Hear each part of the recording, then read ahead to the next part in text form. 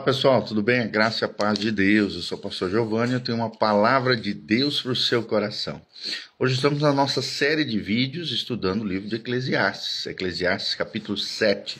Então abre o seu coração, deixa Deus falar com você, capítulo 7 de Eclesiastes, o livro do pregador, o livro de Salomão, sabedoria de Deus para o nosso coração. A Bíblia diz em Eclesiastes 7, melhor é a boa fama do que o unguento precioso. E o dia da morte melhor que o dia do nascimento. Melhor é ir à casa onde há luto do que ir à casa onde há banquete. Pois naquela se vê o fim de todos os homens e os vivos que o tomem em consideração. Melhor é a mágoa do que o riso, porque com a tristeza do rosto se faz melhor o coração. O coração dos sábios está na casa do luto, mas o do insensato na casa da alegria. Melhor é ouvir a repreensão do sábio do que ouvir a canção do insensato. Pois qual o crepitar dos espinhos debaixo de uma panela, tal é a risada do insensato. Também isto é vaidade. Verdadeiramente a opressão faz endoidecer até o sábio, e o suborno corrompe o coração. Melhor é o fim das coisas do que o seu princípio, melhor é o paciente do que o arrogante. Não te apresses em irar-te, porque a ira se abriga no íntimo dos insensatos. Jamais digas, por que foram os dias passados melhores do que esses? Pois não é sábio perguntar assim. Boa é a sabedoria, havendo herança, e de proveito para os que veem o sol. A sabedoria protege como protege o dinheiro, mas o proveito da sabedoria é que ela dá vida ao seu possuidor. Atenta para as obras de Deus, pois quem poderá endireitar o que ele torceu? No dia da prosperidade goza do bem, mas no dia da adversidade considera em quem Deus fez tanto este como aquele, para que o homem nada descubra do que há de vir depois dele. Tudo isso vi nos dias da minha vaidade. Há justo que perece na sua justiça, há perverso que prolonga os seus dias na sua perversidade. Não sejas demasiadamente justo, nem exageradamente sábio, porque te destruirias a ti mesmo? Não sejas demasiadamente perverso, nem sejas louco, porque morrerias fora do tempo? Bom é que retenhas isto e também daquilo não retires a mão. Pois quem teme a Deus de tudo isto sai ileso. A sabedoria fortalece o sábio, mais do que 10 poderosos que haja na cidade. Não há um homem justo sobre a terra que faça o bem e que não peque. Não apliques o coração a todas as palavras que se dizem, para que não venhas a ouvir o teu servo a amaldiçoar-te. Pois tu sabes que muitas vezes tu mesmo tens amaldiçoado a outros. Tudo isso experimentei pela sabedoria e disse, tornar-me-ei sábio, mas a sabedoria estava longe de mim. O que está longe, muito profundo, quem o achará? Apliquei-me a conhecer e a investigar, e a buscar a sabedoria e meu juízo de tudo, e a conhecer que a perversidade é insensatez e a insensatez loucura. Achei coisa mais amarga do que a morte, e a mulher cujo coração são redes e laços e cujas mãos são grilhões. Quem for bom diante de Deus fugirá dela, mas o pecador virará a ser seu prisioneiro. Eis que achei, diz o pregador, conferindo uma coisa com outra, para a respeito delas formar o meu juízo. Juízo que ainda procuro, e não o achei. Entre 1000 homens achei um como esperava, mas entre tantas mulheres não achei nem sequer uma. Eis o que tão somente achei, que Deus fez o homem reto, mas ele se meteu em muitas estultícias. Então, esse é o livro de Eclesiastes. Nós aprendemos aqui que Deus usa até o luto para nos ensinar. A dor é a professora quando ouvida com fé. Em primeiro lugar, nós vemos advertências tremendas aqui de Deus para nós. Vemos aqui uma transição da crítica à prosperidade vazia de Eclesiastes 6, mas também uma reflexão sobre a verdadeira sabedoria. Onde ela se encontra? Onde ela está? Temos como tema central de Eclesiastes 7 o valor da sabedoria prática diante das contradições da vida. A estrutura do capítulo se divide em 3 partes. Primeira parte, lições de vida através de contrastes, de 1 a 14. Segunda parte, advertências contra os extremos, de 15 a 22. E terceira parte, a limitação da sabedoria humana, de 23 a 29. Primeiro, então, para nós aqui, lições da vida através de contrastes. Vemos paradoxos aqui que desafiam a lógica mundana. Parteado, versículo 1, melhor é o bom nome do que um unguento precioso. Vemos aqui o princípio do legado, que leva à riqueza. Versículo 1, parte B, melhor é o dia da morte do que o dia do nascimento. Vemos uma reflexão que leva a uma alegria superficial. Versículos 2 a 4, vemos a casa do luto, que leva à casa do banquete.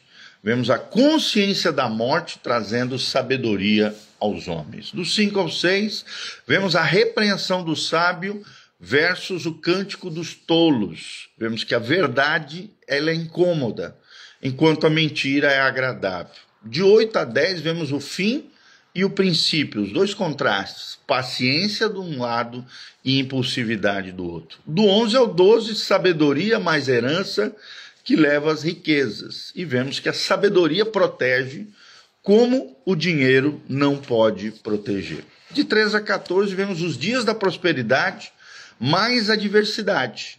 E vemos um Deus soberano em meio a tudo, que controla todas as coisas. Deus usa até o luto para nos ensinar, e a dor é professora quando ouvida com fé.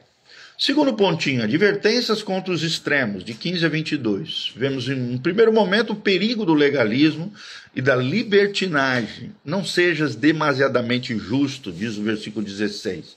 Aqui vemos uma crítica ao farisaísmo. A justiça própria no coração do homem acaba gerando orgulho.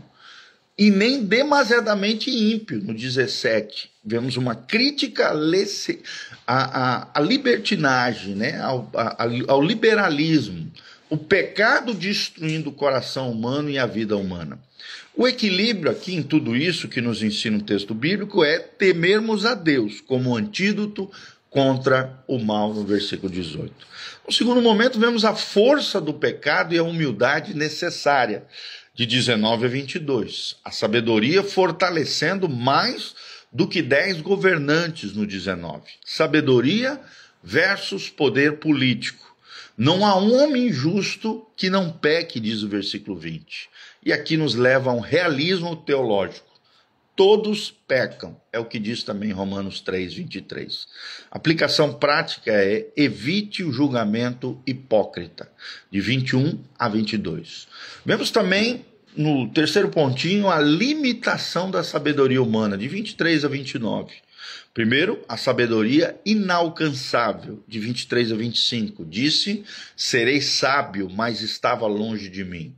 No versículo 23, vemos uma espécie de sentimento de fracasso de Salomão. Nem o mais sábio dos homens compreendeu todas as coisas e entendeu todos os mistérios. Aqui vemos uma metáfora. Quem pode descobrir o sentido das coisas, disse Salomão no 24, e depois ele tem uma descoberta amarga, de 26 a 28. Achei mais amarga que a morte a mulher, versículo 26. O contexto aqui é que as experiências de Salomão com mulheres idólatras foram amargas, foram doentias e de alguma maneira intoxicaram e prejudicaram terrivelmente a sua vida. É o que nós vemos em 1 Reis 11, de 1 a 8.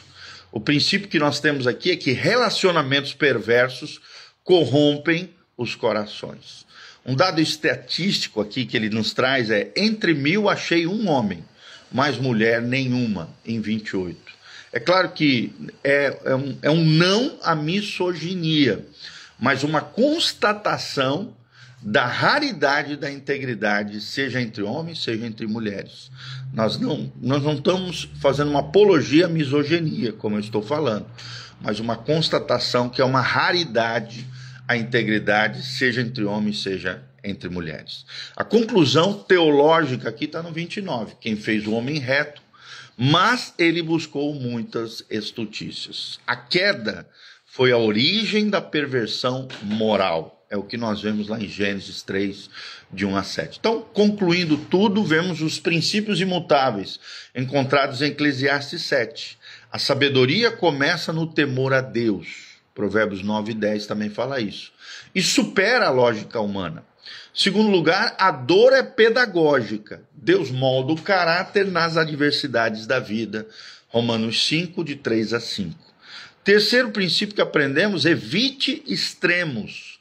Nem ascetismo, nem libertinagem glorificam a Deus. Ascetismo é aquele que se separa do mundo, vai para o meio das montanhas e não quer mais saber de gente.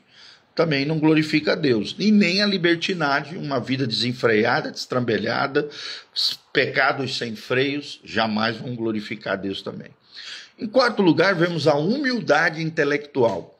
Reconhecer os limites do saber humano e aprendemos sempre a confiarmos em Deus e a buscarmos a sabedoria do alto, 1 Coríntios 8:2. Aplicações práticas, valorizem, críticas construtivas, mais do que elogios, no versículo 5.